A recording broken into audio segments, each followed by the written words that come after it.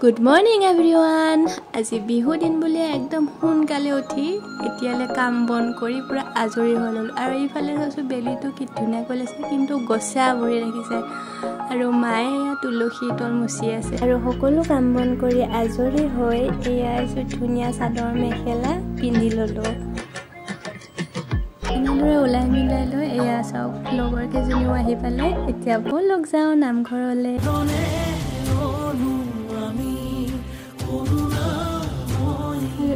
আমি আহি পাই গলো নামঘৰ আমি আহি পোৱালে এয়া ভকতসকলে নাম ধৰিয়ে আছে আৰু তাৰ মাজতে সেৱা কৰি ললো আৰু তাৰ পিছত দিলে এয়া আমাক চাহ খাবলৈ চাহৰ লগত কি আছে দেখিছেনে বাৰু আৰু ইফালে চাহ এয়া ভাতৰ আয়োজনো চলি আছে এয়া চাহখিনি খাই গম পালো চাহত একেবাৰে চেনি নাই সেইবাবে হাঁহি আছিলোঁ এনেদৰে নাম চাই মেলি প্ৰসাদ লৈ ধুনীয়াকৈ ভাত খাবৰে সময় হৈ গ'ল আৰু এয়া আমি খাই আছোঁ নিৰামিষ এসাঁজ খুব সোৱাদ লাগে এসাঁজ ভাত খাই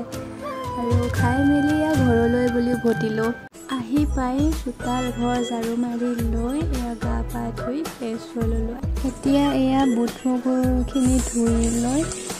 ফল মূল কাটি কুটি লৈ এয়া চাওক শৰাই এখনৰ বাবে ৰেডি কৰি ল'লোঁ আৰু তাৰ মাজতে গৈ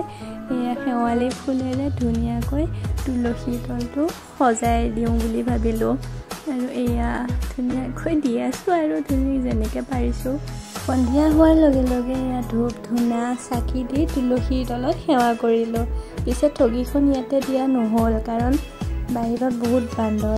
সেইবাবে ভিতৰতে গোসাঁই ৰুমত এনেদৰে ঠগীখন পাতি দিলোঁ আৰু এয়া চাওক সকলোৰে ঘৰত এনেদৰে চাকিৰে পোহৰ হৈ উঠিছে কি ধুনীয়া লাগিছিলে দেখিবলৈ আৰু সকলোতকৈ শেষত অসমবাসীৰ ৰাইজলৈ আমাৰ ফালৰ পৰা কাতি বিহুৰ বহুত শুভেচ্ছা জনালোঁ।